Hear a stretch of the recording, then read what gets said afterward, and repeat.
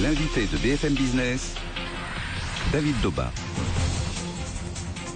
L'invité de BFM Business aujourd'hui est donc le vice-président de l'UDI, eurodéputé également, Jean-Marie Cavada. Jean-Marie Cavada, alors très franchement, on ne sait pas trop où donner de la tête. C'est vrai qu'on pourrait aborder quasiment tous les sujets d'actualité du jour. On va commencer par celui qui vous concerne le plus, en tout cas votre famille politique.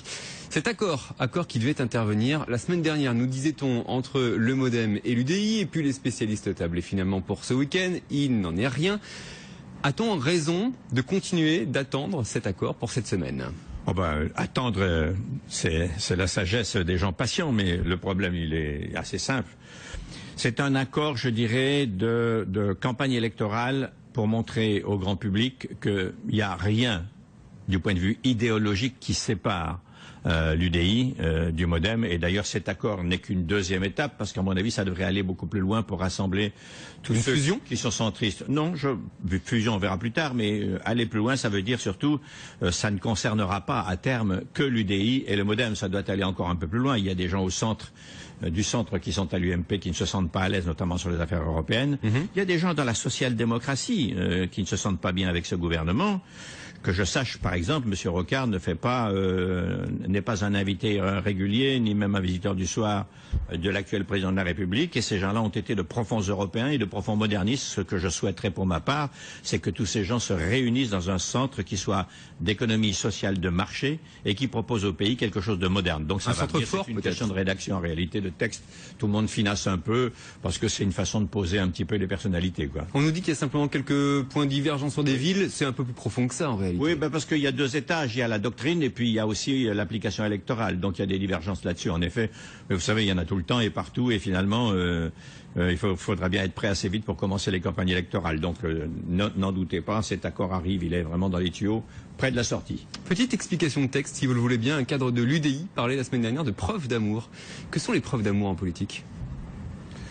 Je pense que, je ne sais pas qui a dit ça, mais c'est quelqu'un qui accorde à l'affect une très grande valeur, ce qui n'est pas mon cas. Visiblement, oui. Ce n'est pas mon cas. Il s'agit, la réalité, quel est l'intérêt de tout ça et d'en parler? Parce que finalement, c'est quand même, ça se passe dans un petit verre d'eau à chaque fois, tout ça. L'intérêt, c'est que le pays est dans un tel état qu'on ne pourrait pas comprendre que des gens qui pensent la même chose ne passent pas par-dessus les divergences de personnalité, les destins personnels, les arrivismes secondaires, ne passent pas par-dessus pour aider à la reconstruction d'un pays qui est vraiment dans une très grande déshérence. La seule explication sérieuse à donner à notre pays, c'est ça. Au-delà de cette aide à la reconstruction du pays, il y a évidemment des élections à venir, avec donc un scrutin. On craint, les spécialistes, les observateurs craignent notamment la montée très importante du Front National, d'ores et déjà d'ailleurs revendiquée par Marine Le Pen. Est-ce que, quelles que soient les villes dans lesquelles le candidat du centre, on va l'appeler comme ça, ne sera pas au deuxième tour, vous appellerez et j'allais dire sans contrepartie, à voter contre le Front National? C'est une doctrine absolument implacable et d'ailleurs je dois dire que si elle n'était pas appliquée à la lettre, le centre n'aurait plus de raison d'exister. À ce moment-là, il faudrait carrément le disperser. Donc oui, ce sera appliqué à la lettre et ceux qui ne l'appliqueront pas, j'en ai la garantie de la part des deux dirigeants, se verront pousser vers la sortie et exclure. Il n'y a rien à discuter dans ce sujet. Les valeurs du Front National, même si aujourd'hui sont habillés d'habits civils qui peuvent se promener en ville tranquillement, ne sont pas des valeurs avec lesquelles on peut flirter, pour la plupart d'entre elles. Et puis deuxièmement, j'incite... François Fillon ? Pardonnez-moi ? Même quand on s'appelle François Fillon ? Même quand on s'appelle qui que ce soit, on ne peut pas transiger avec ça, dans la mesure où il faut lire le programme et faut se souvenir des fondamentaux de cette formation politique. Et ça n'est pas anodin. Le programme, il est à la fois socialisant, c'est-à-dire on nationalise tout alors qu'on n'a plus d'argent, et il est à la fois national. Et je ne veux pas faire, vous avez bien vu mes précautions oratoires, il y a une sorte de socialisme national dans un programme qui pose des questions et n'apporte pas de réponse. C'est un danger terrible pour un pays qui est déjà extrêmement essoufflé, extrêmement contesté dans ses méthodes et son comportement, extrêmement instable, et dont les institutions finiront par crouler sous les assauts et sous les coups de boutoir. Par conséquent, il faut faire attention à ce qu'on fait devant l'urne. Alors, on va en venir à cette politique du gouvernement. Auparavant, il y a quelques jours, à l'occasion de l'université d'automne du mouvement européen que vous présidez donc en France, vous parliez de peste brune. Je crains, disiez-vous, que la peste devienne peste brune. Est-ce que le Hollande bashing, au-delà de la politique du gouvernement, est-ce que le Hollande bashing auquel on assiste actuellement, même si le mot n'est pas vraiment extrêmement joli, ne contribue pas, selon vous, à faire brunir cette peste? Pour être très clair, je dois dire d'où je parle. Je suis quelqu'un d'aussi peu partisan que possible dans la vie politique française et quand le gouvernement fait quelque chose de bien et d'utile à l'avenir du pays, je suis de ceux qui le félicitent. Ça m'est arrivé par écrit plusieurs fois déjà. La peste brune dont j'ai parlé, c'est ce mal rampant qui gagne plusieurs pays européens, la Hongrie notamment. Mais dans d'autres pays aussi, on voit ces formations politiques extrémistes, elles le sont réellement, qu'on revendique devant la justice ou pas, c'est un mot qui existe et qui a sa racine, je dirais, étymologique exacte. Ces partis extrémistes arrivés aux portes du pouvoir. En France, c'est autre chose, c'est une opération de séduction. On pose beaucoup de questions qui fâchent, on spécule sur la peur, on décourage les gens, on les incite à voter contre les institutions, contre les élites, c'est-à-dire qu'on veut balancer par-dessus bord le système. Et quand on en arrive là, 1957 a été une rude épreuve pour le pays, pour ne parler que de cela. C'est facilité par le fait que le Parlement français, hélas, n'a pas beaucoup de pouvoir et que les gens qui sont aujourd'hui dans la rue autour du Front National, j'aimerais mieux les voir au Parlement ou à l'épreuve dans des positions exécutives, parce que là au moins ils seraient obligés de présenter un bilan, que de les voir rassembler des foules comme ce fut le cas de façon à mes yeux honteuse en Bretagne ce week-end. Voilà des gens qui sont malheureux, on leur promet un avenir meilleur alors qu'on n'a pas le premier sou pour traiter cette affaire de cette façon-là. Je pense que l'assistance des gens qui sont dans des difficultés en Bretagne, ça n'est pas de faire monter la colère, c'est d'essayer de travailler avec eux pour trouver des solutions. Si on aime son pays, alors je crois qu'on a cette dette, je dirais, de réussite et de succès avec eux. Jean-Marie Cavada, on va revenir à la situation française, mais vous évoquiez il y a quelques instants des pays européens, oui, avec ces partis donc extrémistes, dites-vous. Oui. Il y a quelques jours, chez notre confrère Yann Anthony Noguès, sur cette antenne, dans son émission 500 millions d'Européens, puisqu'il y a également des élections à venir, des élections européennes en mai, entre le 23 et le 26 mai, si je ne me trompe pas. 25, pardon, voilà, j'avais un jour de plus. Vous affirmiez que effectivement, il y avait un risque que de voir arriver au Parlement européen des partis qui ne sont pas vraiment pro-européens, même si c'est pas qu'ils ne sont pas pro-européens, ils sont anti-européens. Voilà. Bon. Ils veulent la destruction de l'Europe, faut bien le savoir ça. Mais ce risque, vous n'y croyez pas plus que ça, visiblement. C'est ce que vous disiez, Yann Anthony. Non, le risque existe que ces partis se coagulent, se fondent et fassent un groupe politique. Et je crois que probablement ça arrivera au Parlement européen, en allant chercher quelques autres partis européens, ils arriveront probablement à faire un groupe. Aujourd'hui, ils sont non inscrits. Mais je ne pense pas que ce que j'ai dit chez votre confrère bruxellois, qui sait bien de quoi il parle en général, donc je peux me permettre de souligner ça, c'est que ces gens reviendront au Parlement européen beaucoup plus nombreux que ce qu'ils sont actuellement. Il faut s'attendre à un groupe important. Pour autant, il ne sera certainement pas majoritaire. De toute façon, personne n'a la majorité. Le premier groupe aujourd'hui, c'est le PPE auquel j'appartiens. Il a quand même 250 députés pratiquement avec lui. Le deuxième, ce sont les socialistes et démocrates.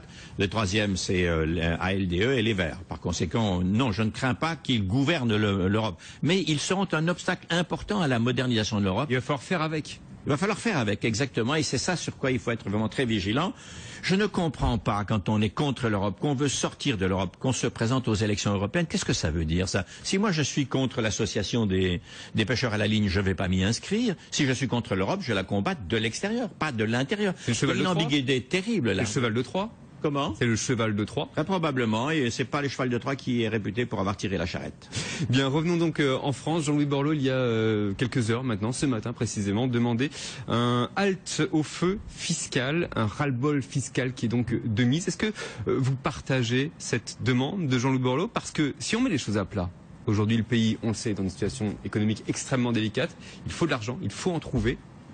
Comment faire? Alors, c'est très intéressant la façon dont vous introduisez le sujet, si vous me permettez, parce qu'il faut trouver de l'argent. Mais comment trouve-t-on de l'argent? Il y a deux possibilités qu'il faut conduire, pédale et frein, alternativement. La première, et c'est là-dessus qu'on aurait dû davantage s'impliquer, il faut absolument réduire de façon très importante les dépenses publiques. Or, on ne voit rien venir de sérieux, il y a de petites touches. La deuxième, c'est qu'il faut relancer de la croissance. Et comment relancer de la croissance? C'est pas en tripotant tous les trois jours la grille fiscale, c'est en faisant la réforme Schröder-Hartz qui a eu lieu en Allemagne. C'est quoi la réforme Schröder-Hartz? C'est baisser les coûts de ce que nous vendons à l'extérieur, donc rendre notre balance des paiements excédentaire, et c'est d'autre part réformer le marché du travail. Enfin, il manque une troisième chose. Comment obtenir ceci? Réduction des dépenses, réforme, je dirais, de la compétitivité française, en asseyant autour de la table les partenaires sociaux qui ont voix au chapitre dans l'économie, c'est-à-dire les patrons et les syndicats, pour aboutir dans une conférence nationale de cette affaire-là. Une de plus? non pas une de plus, une conférence nationale suivie d'effets législatifs et de décrets d'application rapidement, ça aura un effet financier très rapide. Les partis politiques français devraient se réunir dans cette conférence nationale pour dire nous allons négocier ensemble ce que chacun d'entre nous est prêt à concéder pour relancer l'économie du pays. On voit bien qu'on Est-ce que ça n'est pas vain comme souhait? Aujourd'hui, vous imaginez autour d'une table... Ça n'est vain que parce que les gens ne veulent pas gouverner ensemble, ne veulent pas... En Allemagne, ça fonctionne. Madame Merkel est en train de reconduire une nouvelle fois une grande coalition. Est-ce que nous sommes plus obtus que les Allemands? Naturellement, non. C'est parce que personne n'a le courage de gouverner au niveau de l'histoire. Chacun gouverne aujourd'hui au niveau de la caméra et du sondage. Et ceci nous mènera droit le mur. Et d'ailleurs, le mur, il se rapproche. Il se rapproche. Ça vous inquiète de voir comme ça le gouvernement, vous disiez, tripoter la grille fiscale jour après jour et la changer tous les 3 jours? C'est nouveau? Oui, il y a pourtant à Bercy une équipe pour qui j'ai de l'estime, que ce soit Moscovici, que ce soit Bernard Cazeneuve, qui fut d'ailleurs par parenthèse un bon ministre des Affaires européennes, mais ils sont acculés aujourd'hui à chercher dans une tirelire d'enfants des masses financières énormes. Or, il n'y a plus de marge de manœuvre. Par conséquent, il faut attaquer les dépenses publiques au niveau de l'État, au niveau des collectivités locales, très rapidement, en sifflet pour ne pas jeter les gens dans la rue et au chômage, mais le faire de façon réelle. Et deuxièmement, essayer de faire une vraie réforme fiscale. Nous n'avons toujours pas dans ce pays fait la réforme fiscale. Vous citiez Jean-Louis Borloo par ailleurs. Il a dit en 2007 sur le plateau de TF1, vous m'excuserez, j'y étais d'ailleurs, donc je m'en souviens très bien, que l'avenir du pays passait par la réforme Schröder, c'est-à-dire au fond ce qu'on a appelé la TVA sociale. Tire de boulet rouge sur le malheureux homme qui disait la vérité, c'est-à-dire baisser le coût de nos exportations par un contrat social et d'entreprise. On ne l'a pas fait. Il ne fallait pas la détricoter, cette TVA sociale, comme on l'avait appelée? Mais c'est pas qu'il fallait la détricoter, elle n'a pas eu lieu en France. Même le président Sarkozy en a fait un bout, il en a fait que la moitié, essentiellement les comptes d'exploitation des PME. La réforme Schröder, en ce qui concerne la TVA sociale, c'était défiscaliser les charges sociales des entreprises et des salaires, ce qui faisait que le salarié voyait son pouvoir d'achat augmenter, alors que le patron n'avait pas besoin d'augmenter, donc n'avait pas besoin d'augmenter le coût des marchandises ou des services produits par les entreprises. C'est ça le vrai problème. Quand le gouvernement fait marche arrière, il dit qu'il est à l'écoute. C'est plutôt louable d'être à l'écoute du peuple. Oui, mais ce serait mieux de l'être avant, puis ensuite de prendre une décision. Ça me semble une communication un peu couarde et défaitiste. Je tiens à le souligner. D'ailleurs, ça me plaît pas du tout. C'est pas le signe d'une autorité de l'État. L'autorité C'est ça qui manque aujourd'hui. Comment? C'est ça qui manque aujourd'hui. L'autorité. Oui, bien entendu. L'autorité de l'État, elle n'est pas compromise par le fait d'écouter en amont. Là, ils ont raison. Puis une fois qu'on prend la décision au meilleur de l'intérêt général et pas des... On a l'impression que c'est une coalition électorale qui gouverne le pays et que le Parti socialiste est divisé en tellement de branches que finalement c'est lui qui est aux manettes. Non, on a élu un gouvernement par la voie des urnes pour qu'il travaille dans l'intérêt général. Et l'intérêt général, ça rend pas populaire, à condition, en tout cas, de prendre de bonnes décisions. Plus tard, ils le seront. Peut-être même au moment des élections. Schröder a été battu par sa réforme de 3 sièges. Une semaine de plus et il gagnait, ce qui prouve que l'électorat n'est pas idiot. On va refaire l'histoire. On va prendre un peu de recul. Oui, mais c'est utile de s'en souvenir parce que l'arrogance gouvernementale, je ne parle pas spécifiquement de ce gouvernement, l'autisme gouvernemental et l'arrogance que je vois dans ce pays depuis une trentaine d'années est absolument fatigant. Il y a des solutions qui ont été faites dans des pays, qu'on ait l'humilité d'aller voir comment c'est fait, pourquoi ça marche, et qu'on l'applique chez nous si ça peut marcher. Alors, je le disais, Jean-Marie Cavada, beaucoup de sujets également à traiter avec vous. Difficile de ne pas évoquer le cas de l'espionnage, la NSA. Donc, on apprendrait aujourd'hui qu'entre 35 et 40 chefs d'État auraient été écoutés, parmi lesquels notamment Angela Merkel, voilà donc qui fait beaucoup de bruit. Est-ce que très franchement, on ne découvre pas la Lune? Alors, je déteste tout à fait ce point de vue que semble sous-entendre votre question et vous m'en excuserez. D'abord, il n'est pas normal d'écouter des gens sans qu'un juge n'y autorise. Deuxièmement, pour les fonctions de défense, que les services s'espionnent entre eux, c'est un grand classique depuis la fin de la Deuxième Guerre mondiale et même ça avait commencé avant. Je ne vais pas statuer sur ce sujet. Mais qu'une puissance s'autorise à espionner massivement plus de 70 millions de personnes, en tout cas dans un laps de temps extrêmement réduit, parce qu'on sait que pendant les fêtes de fin d'année, tout le monde téléphone à tout le monde, ça veut dire qu'on a des intentions qui ne concernent pas, et je n'en crois pas un mot, la lutte antiterroriste, je n'en crois pas un mot, c'est pas là que ça se passe, mais parce qu'on veut faire des profils, on veut faire des fichiers, c'est très utile pour gouverner des pays, pour avoir une pression d'influence sur certains pays, et puis aussi parce que ça se vend commercialement, des fichiers commerciaux, des fichiers d'écoute ont été vendus dans plusieurs pays du monde à des organisations commerciales et ça doit cesser. La NSA, selon vous, vend ces fichiers? La NSA en tant que telle, je ne le sais pas, je n'en ai pas la preuve, encore que j'ai eu en tant que président de la Commission des libertés civiles, que j'ai été de 2005 à 2009 au Parlement européen, j'en ai eu des doutes extrêmement forts, mais il me semble que de toute façon, dans d'autres pays, il y a eu des tractations sur ça. Les fichiers n'ont pas à tomber dans le commerce, et d'autre part, personne n'est autorisé à espionner les individus. Espionner une population, mais attendez, c'est un côté tout à fait imbuvable. C'est pas la peine de critiquer l'URSS pour arriver à faire plus sophistiqué encore. C'est tout à fait inacceptable et les grandes organisations internationales doivent s'occuper de ça. J'ai fait partie des députés qui demandaient la suspension des négociations entre l'Europe et les États-Unis aussi longtemps qu'on n'aurait pas la garantie que ceci. Les fameuses négociations, donc. Oui. Maintenant, je terminerai par une observation finale. Est-ce que nous avons à nouveau des Edgar Hoover à la tête des États-Unis, c'est-à-dire qui commande, le président et le Congrès ou bien les services de renseignement? La question est tout à fait utile. Donc le président était selon vous au courant? On apprend aujourd'hui qu'il l'aurait découvert au cours d'un rapport interne. Il n'y a que deux solutions, n'est-ce pas? Où le président est au courant et il doit trancher et interdire ça, où il n'est pas au courant et alors c'est une machine incapable. Par conséquent, ça ne m'intéresse même pas. Il doit être au courant, il doit l'interdire et nous en apporter la garantie que ça cesse. Jean-Marie Cavada, on le sait, vous avez été journaliste, j'ai envie de dire dans une vie antérieure, en tout cas vous avez également dirigé Radio France notamment, vous avez lancé la 5e, enfin, voilà. 5 et quelques autres avatars. Et autrement dit, le monde des médias, vous le connaissez extrêmement bien. Quand François Hollande, pour en revenir à lui, montre du doigt les chaînes info à l'occasion de l'affaire Leonarda, est-ce que selon vous, il a raison de le faire ou est-ce que les chaînes info, aujourd'hui les temps ont changé, les chaînes info font leur travail?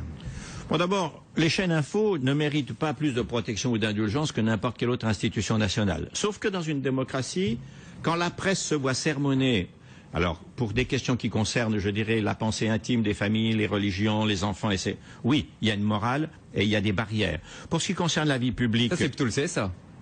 Et d'ailleurs, c'est le rôle du CSA. Vous avez tout à fait raison. J'allais y venir d'ailleurs dans la réforme qui est en train de se mettre en place. C'est le rôle du CSA.